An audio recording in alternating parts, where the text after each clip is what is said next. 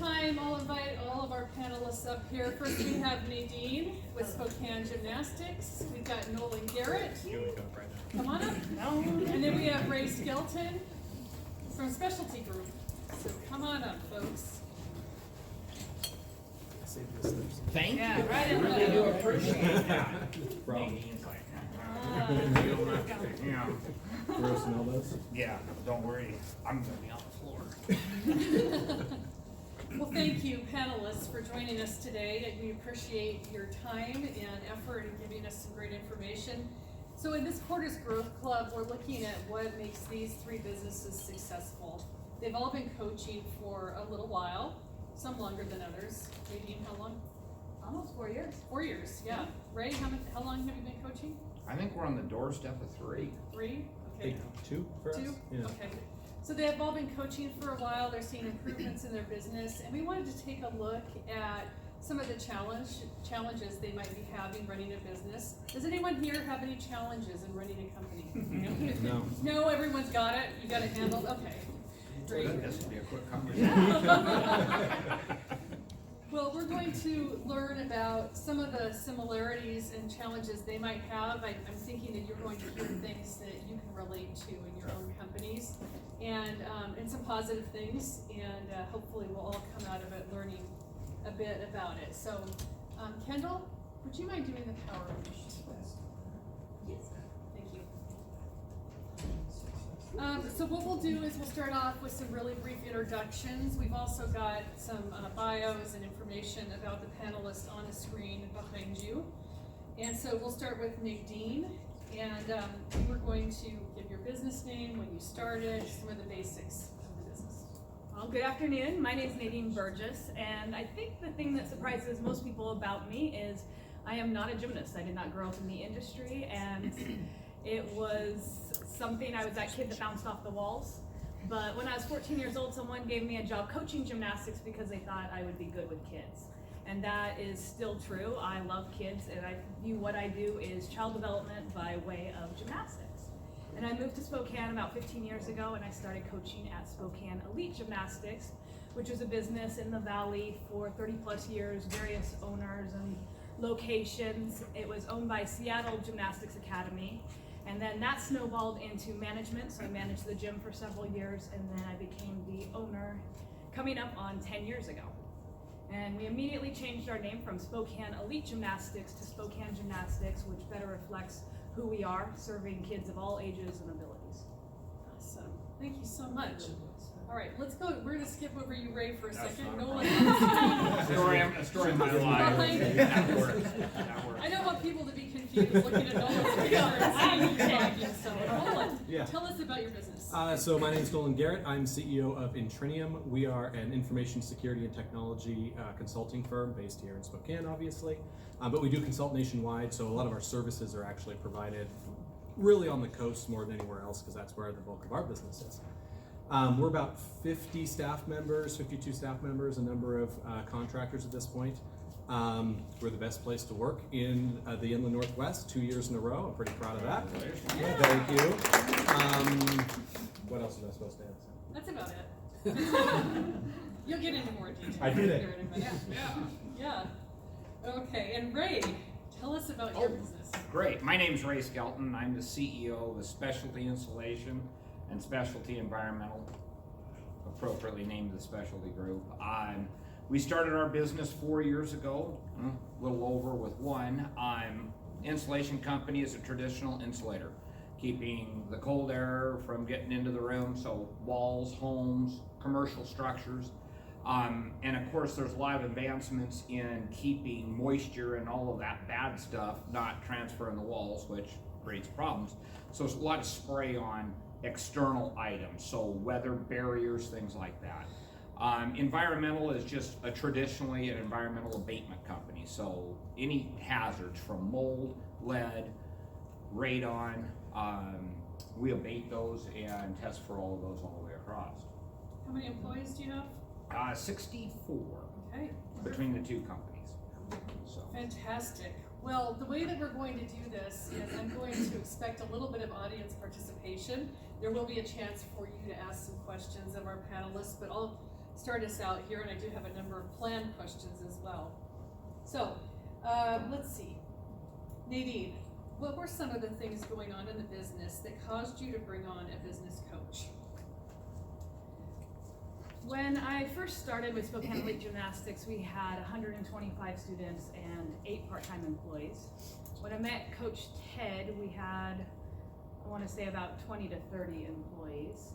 And I had just gotten done hosting a national gymnastics competition and also had bought a building. So I was trying to be multiple places, do different things, didn't have the leadership at both locations, and was quite frustrated just with where things were. I was trying to do everything and didn't feel like I had the support of a lot of my staff. They said they wanted to do things and everyone's like, yeah, we should do this and let's do it. But then when it came to who was actually there showing up and contributing, it was me and a few people. And I had to make some tough decisions on how to be more clear with expectations and procedures and actually start running the business like a business. We were taking care of the kids, we were taking care of the community, we were taking care of everyone else. And I feel like I was taking pretty good care of my staff, but there was just so much I didn't know.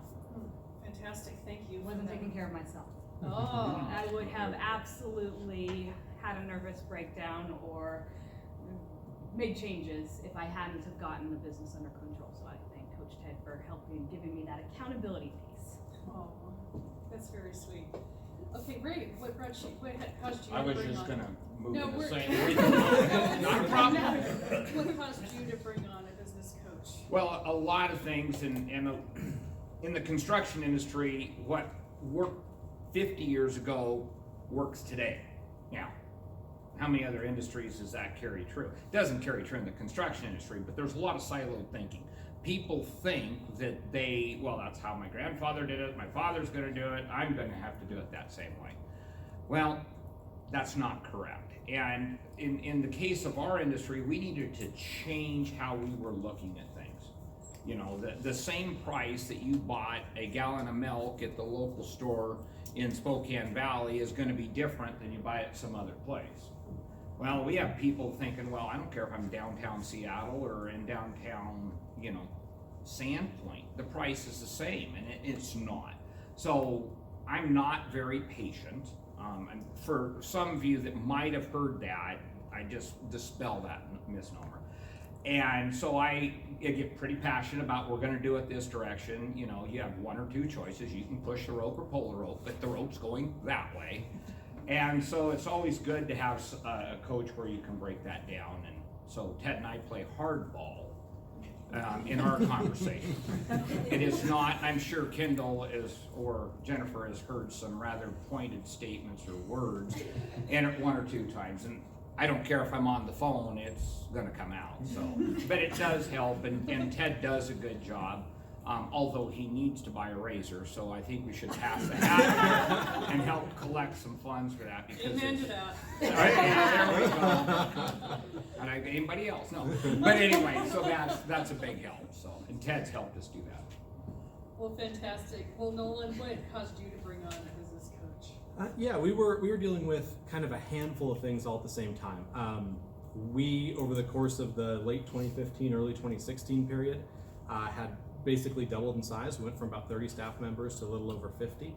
Our revenues had doubled within that same 12-month period, and we had made some prior to that, we had done an acquisition. We'd brought on some staff, and I had brought on an additional co-CEO along with that. And what I'd found during that period of growth is that he and I were not aligned in any way.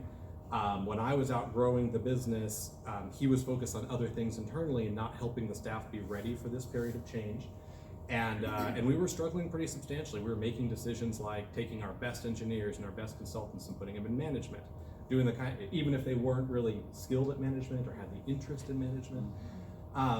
So we brought Ted in to help align me and my business partner. I mean, that was the number one focus. After that, we moved on to really management skills for our staff and systems for how to manage and how to work with people. And we're still moving towards more of the systematizing of the business and really kind of catching up our systems to the growth that we did achieve. Fantastic, thank you. Hold on, I've got a timer running. I want to Shut that off so it's not going off when Nadine buzzers the next question. Oh, we're on. That's Yeah, exactly. You're being timed. Not a problem. Okay, now, I'd like to entertain any questions from the audience at this point for one of our panelists. Yes, Omar. This is for Nadine. So my daughter is, as you know, a customer, and I think Spokane Gymnastics is really incredible. And the thing that always strikes me is how well disciplined your staff, despite the fact many of them are very, very young. It runs well. How is it that you're able to kind of recruit and keep and have that sort of level of discipline throughout? So I find it genuinely impressive. Thank you. No, we do have a great staff, and it is not easy, and there's never been a time where I feel like we have enough staff or that I'm not struggling to bring them to the next level. A lot of it is they weed out. If somebody doesn't fit our culture, the staff will let me or other managers know right away. But also understanding some of them, it's their first job, and breaking things down a lot and having a lot of patience. A lot of my job is mentorship, and also coming up with systems and procedures to make it harder for them to fail than to succeed. And it's just a whole mix of everything, but it's a struggle. I'm really trying to take the staff up to a new level. With gymnastics, we do a great job. They care about children, but there's certain standards that I just want to have. I want to be the leader in our industry. So for example, up until this year, about 80% of our staff are first aid and CPR certified. I now want to have 95 to 100. So a new person coming in, I think it's important, not just there at Spokane Gymnastics, but that ripple effect.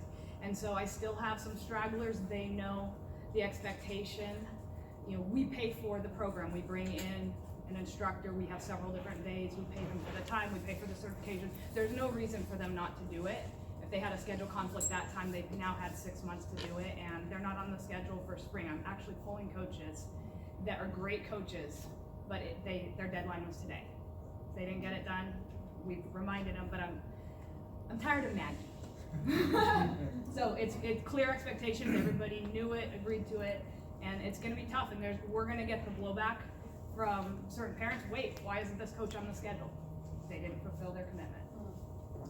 Interesting. So sometimes you have to take a hard line Yes. to make sure things are done correctly.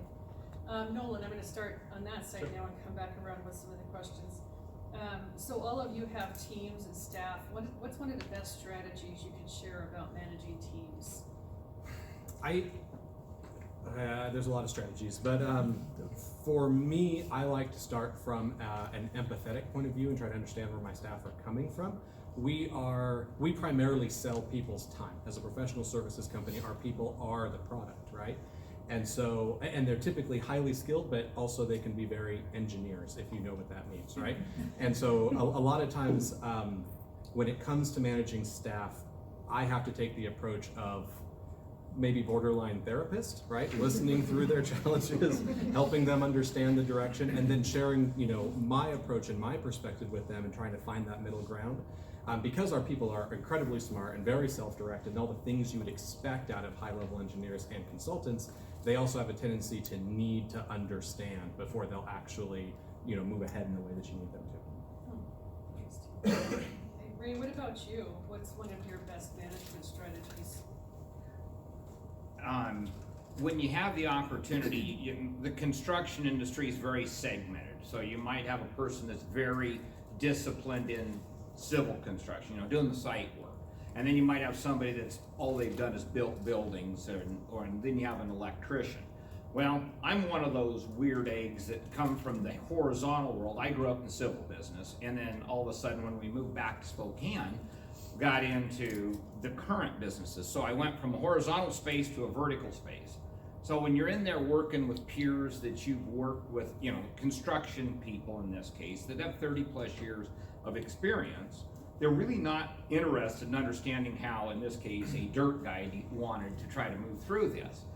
And so a lot of times you've got to break it down and break down that element of challenge, It's a little different with males than it is with females. Males have very fragile egos and they get all nervous and crazy if we start bouncing around and don't talk in big complex statements because our eyes cross over.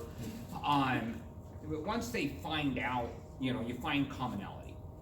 And whether it's being empathetic to the situation, easy on the people, hard on the issue.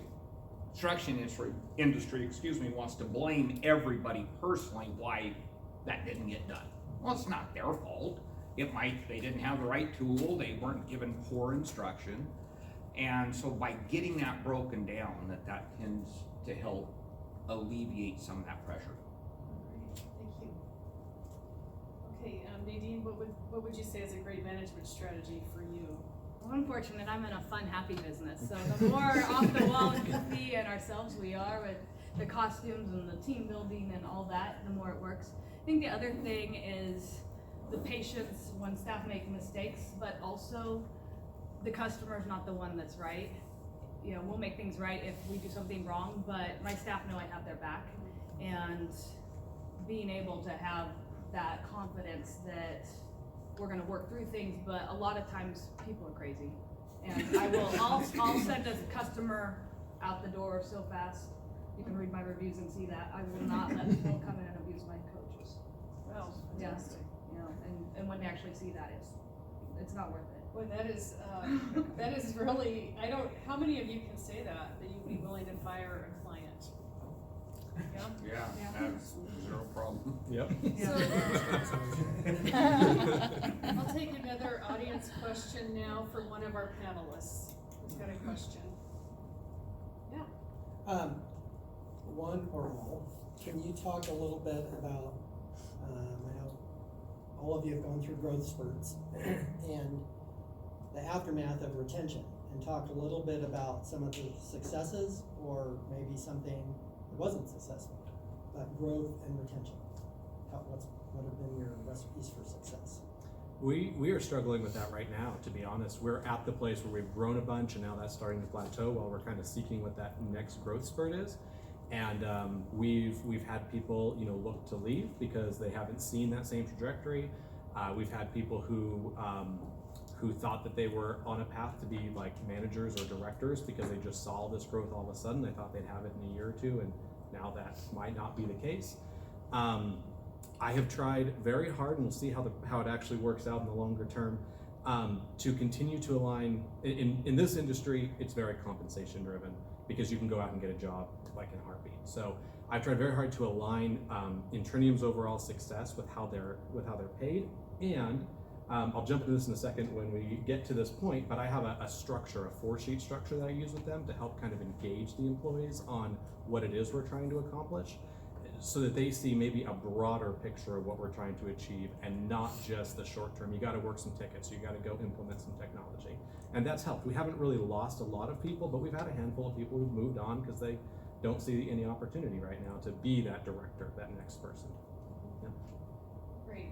And so the question was, what do you do after a growth spurt and that change is going on? Do either of you have any other thoughts on that? You go, Nadine. Well, it's a pleasant problem. Where'd all these kids come from? It's great, but also trying to keep up with the programs and stuff on the back end, because it has been chaotic, and to take the time to buckle down to really look at every program and put together a guide for staff, so that way they're not just getting it from a person training that might forget certain details. So we have not always been great with the systems. In some ways did better than most, but that's really been the focus in the last year and a half for me, is where are our pain points, what could we have done to prevent it, what can we do better, and then that's where we come up with even better ideas. One thing that happened to the installation company in the beginning of, late 16 and 17, the construction market really picked up in this area. Well, we went out and got a bunch of cheap work. I mean, just really make yourself happy. So it's a classic deal where you get paid $1, but it costs you $1.20 to do it, right? So go get more of that, right? That old recipe in the grocery store business, the only way out of this problem is volume. Well, Merry Christmas, we got it. So we had an opportunity with that estimator that went and got that to help them make a selection that this wasn't the right place for them. But then you get the challenge of going and constructing the work and all of the lateral pressures that puts on people, which causes people to leave because how are we gonna manage all this? You know, all the wearing the skin off your hands moment that are real and truthful. Once you come out of that, the conversation now is we need work that we can be profitable at, right? That's okay. Profit's not a bad word. That's how you reinvest into the community. It's how you reinvest in the employees to have them want to stay. Because you're really asking them, this is our program, this is what we do, this is what we believe in. And they're the key ingredient. To our business, our employees are everything. You can get all the equipment you want. It's relevant. It's about how the people handle it. So helping with education. Here's where we're at. You know, here's where the future is, sort of like the 4-page step Nolan was talking about, walking them down that so they see they've got that hook. And if it's not the right fit, no big deal. It's cool. Life's too short. Great, thank you, Ray. All right, another question for all three of you, and I'll start with Nolan on this one. Ongoing marketing is advocated by Action Coach to continue business growth. What is one of your best marketing strategies to bring in new business? For us, you know, because again, we're selling people and expertise, for us, it is literally things like blog posts, white papers, and public speaking events, particularly if you can do those public speaking events in certain market focused, like healthcare conferences or finance conferences or what have you. That really tends to build our credibility, and I would say 100% of the time we walk away with substantial leads from those kinds of opportunities. LinkedIn is a big help for us because that's where a lot of our professional networks are, and that's where we do generate some leads. I think the more traditional, especially like B2C kind of work, just doesn't work for Intrinium. We have to present a certain level of quality because we are actually, you know, our competition is like the Deloittes of the world, right? And so we have to somehow measure up to that being a 50-person company. Interesting. Nadine, what do you do as far as marketing for your business? We don't do the traditional marketing. It's more about involvement in the community and giving back, and then just people, I want them to think of Spokane Gymnastics when they think of gymnastics, or when they think of even not the sport of gymnastics, but something fun, safe, and productive for their kids, where it's just the given. So the more that we're out in parades and do all the things that are good for our kids that are in our program to be out and doing those things, then it always comes back. But And it's you'll not be really at planned. St. Patrick's Day St. Parade. Patrick's Day Parade, we'll be So doing look hand for stands down the Spokane street. Gymnastics. Wonderful, and then you also volunteer, or you're on the board for, is it GSI, or tell me what's. Yeah, in the community stuff that I do, it's not for the business, it's just my personal interest in being involved and contributing to. Community's been really generous with us, and that's something that I don't take lightly. People trust us with their kids. That's a pretty big deal. And so the things that I'm interested in with community and food festivals and things like that, I love to get involved with. But it's not necessarily, I want my business to be under control to the point where I can be more involved in the community. Okay, great. Ray, what about you? How do you guys market your business? Well, our baseline was rather low. The construction industry really doesn't market to anybody. I mean, they might support some event, some sporting event or something like that, but you know, our relationships are working with general contractors, so we've really picked up the goal of educating the consumer. Sort of that B2C neighborhood of, you know, what about your air quality? Have you thought about saving power? Would you, you know, is your home comfortable? Helping support them in their mission of life. So we're trying to get some education out there on, you know, here's some hazards for different environmental things that we're dealing with, and you know, you might not have ever thought of that, but trying to just open ourselves up there. Second place is giving back to the community. I mean, at the end of the day, you can say, you know, in your company's mission that we support the community and we give back to the community. However, if the consumer or your fellow neighbor can't see you out there actively giving, it's a little fickle, frankly. You know, a lot of talk and no you know what means that it's just not going to be a credible conversation. So We've tried to support the Habitat for Humanity programs, different things like that that we can help our people step into, where our employees feel good about giving back and helping the less fortunate. Ray, as a follow-up question, are you all involved in any of the chambers of commerce here locally? Is that important to your strategy? Yeah, yes, ma'am. So we're involved with Spokane Valley Chamber of Commerce, and then there's 3 associations here that are in the construction space: the Associated General Contractors, and then the Associated Building Contractors, and the Home Builders of Spokane. And all between those 4, we're supporting in our way that we can to help give back. Wonderful, thank you. Okay, Nolan, I don't think you've answered this question. Or no, you did talk about marketing. We started with you. Okay. All right. Does anyone in the audience have a question for one of our panelists this time? Yeah, we got. Okay, James. With the amount of private equity that's out there and lots of companies getting acquired, maybe just share your feelings on the importance of and really the benefits of keeping local ownership, locally based companies. That's a great question. My perspective is we're not big enough yet to sell, so I haven't hit my goals, so I'm just ignoring the PE companies that are calling me every day. I have a certain target in mind in terms of what I want us to be seen as, from a nationwide perspective, and in terms of like staff size, and until I get there, the PE companies keep going to voicemail. In our case, they're not running to the construction industry. They will look at it. Of course, it's size dependent. If they want to be in a region, you will see consolidations and acquisitions. And you're seeing it. And as this market will continue to expand to wherever the apex is, you'll see more and more of that. But, the construction business is dirty. Number one, it's crazy. Most of the time they're consumed as not good people. So they really don't want that in their portfolio. But, you'll see it from time to time. We're just sort of head down, this is the direction we're going, and opportunistic. So I'm never going to say no to a cup of coffee and a conversation, but you just sort of weed through I'll send you mine. them. You might not. I might chase them right out of the room. I'll do that free of charge. This is obviously a self-interested question.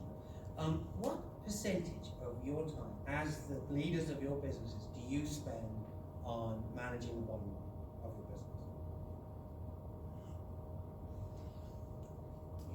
It's not going to be an answer that anyone wants. I know my numbers, but I don't focus on my numbers. I focus on where there's a need in the community. I know that a level 1 class is more profitable than a preschool class or a special needs class, but I look at what classes are full and then make decisions that way. I have been very fortunate because we have had so much growth and to have the students to support, where we can continue to invest in those programs that just aren't profitable. If you have enough of the base, then it all works out that way. So I keep an eye on it, but it's the least of what I spend my time on. I mean, I check my numbers, but it drives That's Coach sort to of kind of why I ask, because I get Yeah. that a lot. Yeah, And I'm particularly not in good economy, motivated. people are looking to grow. they're not Yeah. looking to- I'm not motivated by money. It takes money to do what we do, but it does not factor into my decisions. Do either of you have a response for I have plenty. financial mastery? I can be a little anal on numbers, and in my prior life, Patty and I spent 26 years in Maui, and I worked for a heavy civil contractor out of the state of Washington. I was responsible for about 500 people, give and take as it would go. So I grew up, it was all about the numbers, but since that incorporating, I'm just looking at trends. So I've got 3 numbers I look at, and those are the numbers that I look at, and I follow with that, and I want to listen from them where they're at, because they'll tell you exactly where they're at. If there's an issue, they might not say there's an issue, but you can see it. Or if everything's going fine and the numbers affirm that. So currently, I'm probably spending less than 10% of my time on that. I would say it's less than 10% for me, for sure. I define what our minimum profit margins need to be in terms of percentage and what our target is for our revenues each year, and then I delegate out to the rest of my executive team to actually enforce that. All of that said, I've also aligned all of the compensation for all of our staff down to the mid-management level with those specific outcomes. And so they're not getting paid if the business isn't going the way I want. And so therefore I don't have to sit there and pay attention to the numbers every day. Wow, fascinating. Okay, some great answers there and all diverse in nature, right? All right, another question here. Action Coach advocates for systems and process development. What's one of the best systems you've put in place for the growth of the business? Nadine? Well, a great book is the checklist manifesto that I got a while ago, and that keeps me in line because it's so easy to forget all the details. One of the things that I never really thought would be such a difference is, to back up a little bit, we do a team huddle each day with our morning staff. They all gather together, floor supervisor, it's about 5 minutes, just the basic communication stuff, and then in the afternoon before classes start. And then we have all the coaches that do some kind of 2-minute cleaning is what we ask of them afterwards. We also have professional cleaning at night and everything else. But over Christmas break, as I was scrubbing and cleaning and thinking we can do better, I thought, what can I do to make it easier? Well, I get busy. I'm not gonna go in the back, fill up a bucket, get all the rags and everything. Even if I see something, I'll grab a wet wipe or something like that. So now the floor supervisors, part of their daily huddles, they get the bucket ready together. They get rags for everyone does the team huddle, and then we have 40 coaches that go out, everybody cleans 3 things. It takes 2 to 3 minutes. You start touching every mat, everything gets disinfected. Wow. It's just one thing that just was like, well, we should have the floor super bring the bucket out and do it there. And then also you would stand out if you were that coach not cleaning. It's everyone's talking. Everyone just does it. Team coaches down to preschool coaches, and it was such a tiny thing, and we would never do without it. Not one day. It'd be, where's the bucket?